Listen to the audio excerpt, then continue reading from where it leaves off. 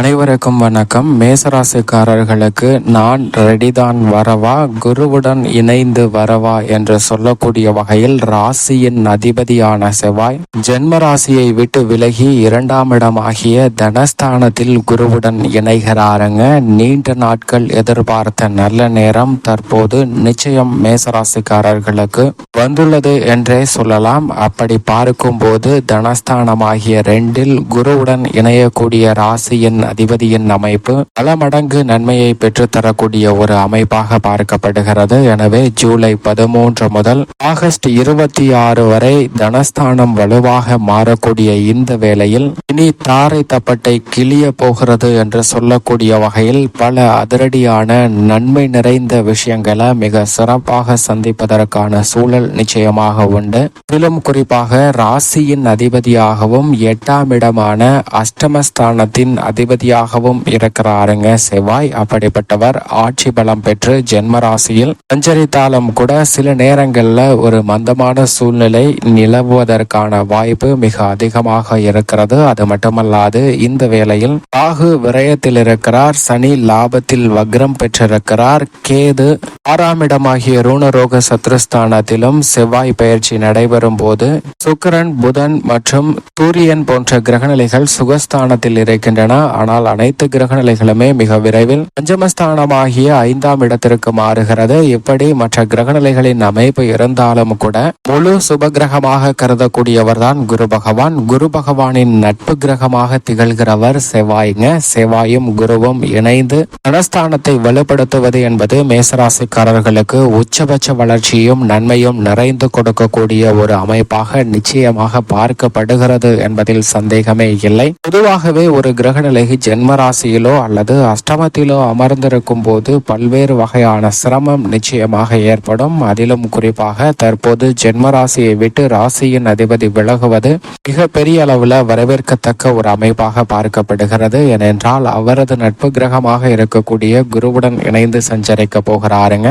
குருவின் பார்வையில் சுக்கிரன் பகை கிரகமாக கருதப்பட்டாலும் கூட ராசியின் அதிபதியான செவ்வாயின் பார்வையில் சமகிரகமாக இருக்கிறார். எனவேதான் 2ஆம் இடமாகிய தனஸ்தானத்திற்குள் நுழையக்கூடிய செவ்வாயின் அமைப்பு மிக அற்புதமான முன்னேற்ற வாய்ப்புகளை வலுவாக உருவாக்கி கொடுக்க போகிறது. பொதுவாக 3, 6, 7 மற்றும் 9 ஆகிய இடங்களில் அதிரடியான மாற்றங்களை ஏற்படுத்தி கொடுப்பாருங்க. அதிக நன்மை அள்ளி கொடுக்கக்கூடிய இடமாக 3, 6 மற்றும் 11 செவ்வாயின் அமைப்பு காரணமாக பார்க்கப்படுகிறது. 2ஆம் இடத்தில் நடுநிலையான பலன்தான் கிடைப்பதற்கான சூழல் இருந்தாலும் கூட முழு சுபகிரகமான குருவுடன் இணைந்து குரு மங்கள யோகத்தை அபரிவிதமாக மேசராசிக்காரர்களுக்கு உருவாக்கி கொடுக்கிறாருங்க. எனவேதான் தாரை தப்பட்டை கிளிய போகிறது என்று சொல்லக்கூடிய வகையில் பல்வேறு வகையில மகிழ்ச்சி ரெட்டிப்பாவதற்கான சூழல் நிச்சயமாக உண்டு. ஆனால் குரு பகவானை பொறுத்த வரைக்கும் 2, 4, 5, 7, 9 மற்றும் 11 ஆகிய இடங்களில் அபரிவிதமான வளர்ச்சியை அள்ளி கொடுப்பார். அதில் ஒரு இடமான 2ஆம் இடத்தில் வலுவாக வெற்றிருக்கிறாருங்க.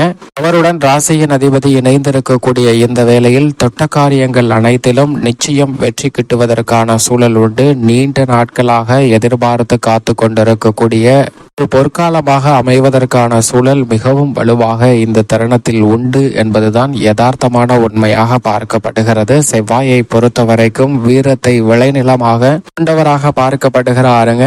எந்த செயலை எடுத்தாலும் அதை அதிரடியாகவும் தடாலடியாகவும் செய்து முடிக்கக்கூடிய அளவிற்கு அதீத வீரத்தை வெளிப்படுத்தக்கூடிய ஒரு சக்தி வாய்ந்த கிரகமாக பார்க்கப்படுகிறார். அவர் குருவுடன் இணையக்கூடிய இந்த வேளையில் உங்களுடைய தனித்திறமை வெளிக்கொணர்வது மட்டுமல்லாது உங்களுடைய பெயரில் புதிய அசையும் அசையா சொத்துக்கள் வாங்குவதற்கான யோகமும், புதிய இடம், வீடு, வீட்டுமனை, வாகனம், ஆடை ஆபரண சேர்க்கை போன்றவை நிறைந்து கிடைப்பதற்கான சூழல் நிச்சயமாக இந்த தருணத்தில் உண்டு. நீண்ட நாட்களாக எதிர்பார்த்து காத்து கொண்டிருக்கக்கூடிய இனிமையான நல்ல பல சுப நிகழ்வுகளுக்கான வாய்ப்பு மிகவும் அபரிவிதமாக மற்ற ராசிக்காரர்களை விட அதிகமாக மேசராசிக்காரர்களுக்கு உண்டு என்று நிச்சயமாக சொல்லிவிடலாம். இதிலும் குறிப்பாக குறிப்பாக சனி மற்றும் குருவிற்கு அடுத்தபடியாக சிறப்பு பார்வை உண்டு என்றால் அது ராசியின் அதிபதியான செவ்வாய்க்கு மட்டும்தான். ஏனென்றால் மற்ற கிரகநிலைகள் 7ஆம் இடத்தை மட்டும்தான் பார்க்கின்றன. ஆனால் குருவிற்கும் சனிக்கும் சிறப்பு பார்வை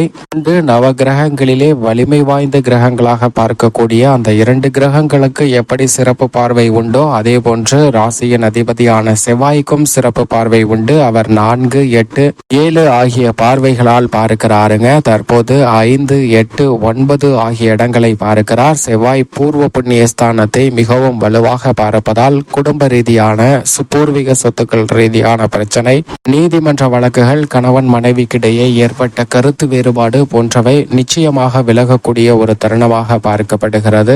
மங்கள ஓசை கேட்பதில் தடையையும் தாமதத்தையும் நீண்ட வருடங்களாக சந்தித்து வரக்கூடியவர்களுக்கு நிச்சயம் நீங்கள் எதிர்பார்க்கக்கூடிய மங்களகரமான சுப நிகழ்வுகள் இந்த தருணத்தில் மிகவும் சிறப்பாக அமைவதற்கான யோகம் உண்டு என்பதில் சந்தேகமே இல்லை. இந்த தருணத்தில் அஷ்டமஸ்தானத்தையும் சப்தம பார்வையால் பார்ப்பதால் அஷ்டம பாதிப்புகள் அனைத்தும் அடியோடு தவிடுபடி ஆகிறது. குருவுடன் இணைந்து அஷ்டமஸ்தானத்தை பார்க்கிறாருங்க. எனவே பல்வேறு வகையான அஷ்டம பாதிப்புகள் விலகி சிறப்பான முன்னேற்றம் நிறைந்து பெறுவதற்கான சூழல் நிச்சயமாக உண்டு. குருவுடன் இணைந்து பார்க்கக்கூடிய இந்த வேளையில் நீங்கள் எப்பேற்பட்ட சிரமத்தை சந்தித்திருந்தாலும் அவற்றிலிருந்து நல்ல மாறுதல் நிச்சயமாக உண்டு. இவற்றை நிச்சயமாக நம்புங்க. நல்ல மாறுதல் கிடைப்பதற்கான சூழல் வலுவாக உருவாகக்கூடிய ஒரு காலகட்டமாக தான் உள்ளது என்பதை தெல்ல தெளிவாக குரு மற்றும் செவ்வாயின் இணைவு உறுதிப்படுத்துகிறது. ஏனென்றால் உங்களுடைய நம்பிக்கை என்னவோ அதை நிச்சயமாக பெறுவதற்கான சூழலை நவகிரகங்களிலே வலிமை வாய்ந்த குரு மற்றும் ராசியின் அதிபதியான செவ்வாய் நிச்சயமாக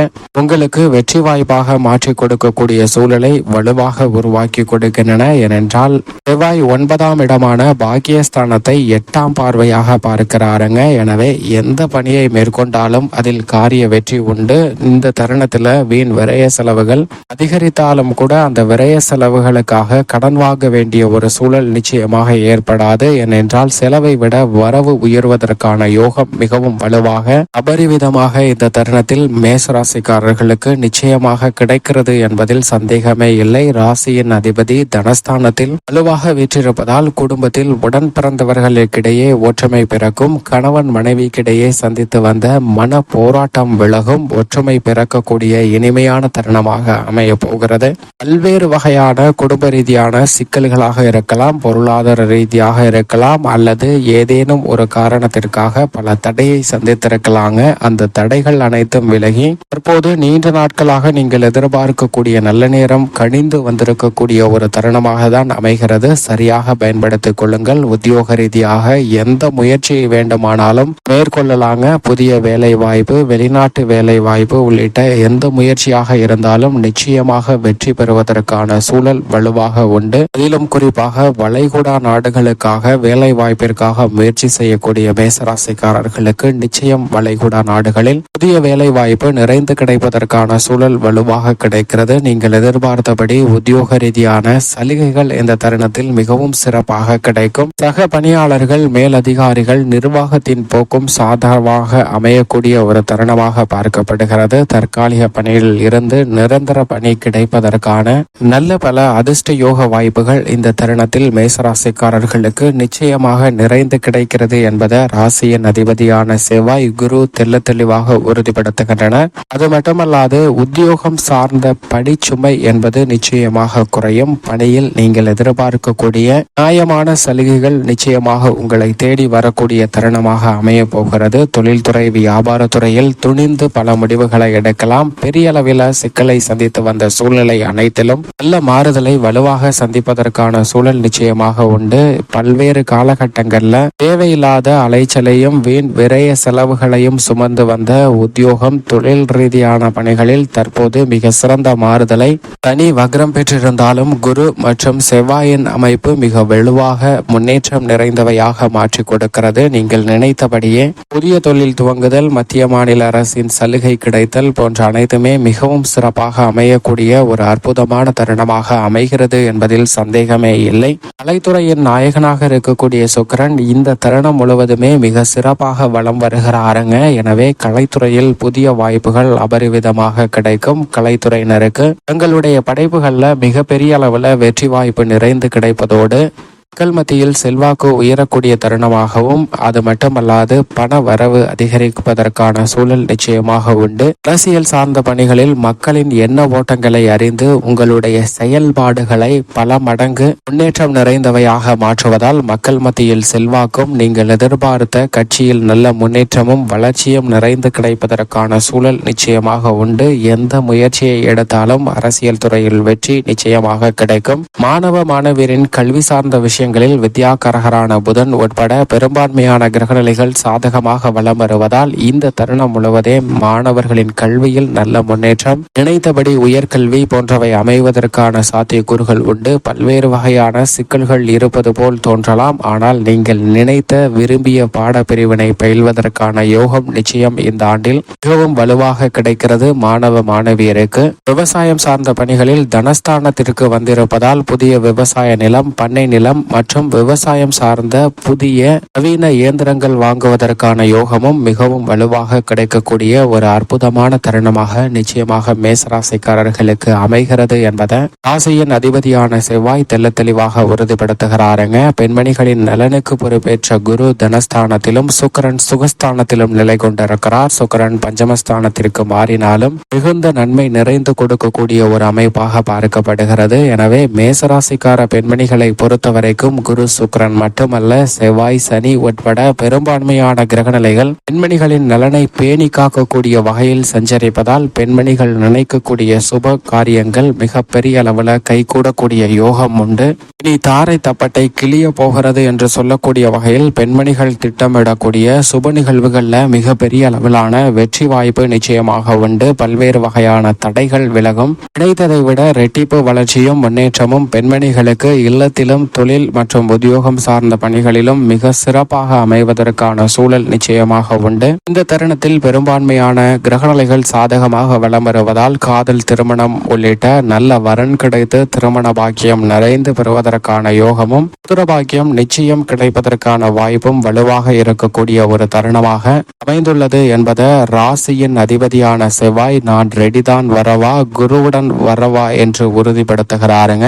எனவே இந்த வேளையில் மேசராசிக்காரர்கள் நிச்சயமாக பல்வேறு வகையான முன்னேற்ற வாய்ப்புகளுக்கு உங்களுடைய சிறு முயற்சி கூட மிக பெரிய அளவில் வெற்றி வாய்ப்பை தேடி தரக்கூடிய ஒரு பொன்னான காலகட்டமாக அமைய போகிறது. சரியாக பயன்படுத்திக் கொள்ளுங்கள். நடுவில் ஆடி மாதம் வருகிறது. தடை ஏற்படுமே என்று வருத்தப்பட வேண்டாங்க. ஆடிப்பெருக்கிற்கு பிறகு மிக பெரிய மாறுதல் வலுவாக கிடைக்கும். ஆடிப்பெருக்கில் எது செய்தாலும் மிக பெரிய அளவில் வளர்ச்சியும் கிடைப்பதற்கான சாத்தியக்கூறுகள் உண்டு. எனவே இப்படிப்பட்ட நவ கிரகங்கள்ல வலிமை வாய்ந்த குரு செவ்வாய் சாதகமான ஒரு சூழ்நிலையை உருவாக்கி கொடுக்கும் போது அவற்றை தவற விட்டுவிட வேண்டாம். சரியாக பயன்படுத்தி கொண்டால் உச்சபட்ச வளர்ச்சி நிச்சயம் நிறைந்து கிடைக்கும். மேலும் இந்த தருணத்தை சாதகமாக மாற்றிக்கொள்ள மேசராசிக்காரர்கள் வாரத்தில் செவ்வாய்க்கிழமை விரதமிருந்து அருகாமையில் உள்ள முருகப்பெருமாள் ஆலயம் சென்று தீபம் ஏற்றி வழிபாடு செய்யுங்கள். தங்களுடைய வாழ்வில் சந்திக்கக்கூடிய தடைகள் விலகுவதோடு நீண்ட நாட்கள் எதிர்பார்த்த நல்ல நேரம் வந்துவிட்ட ஒரு தருணமாக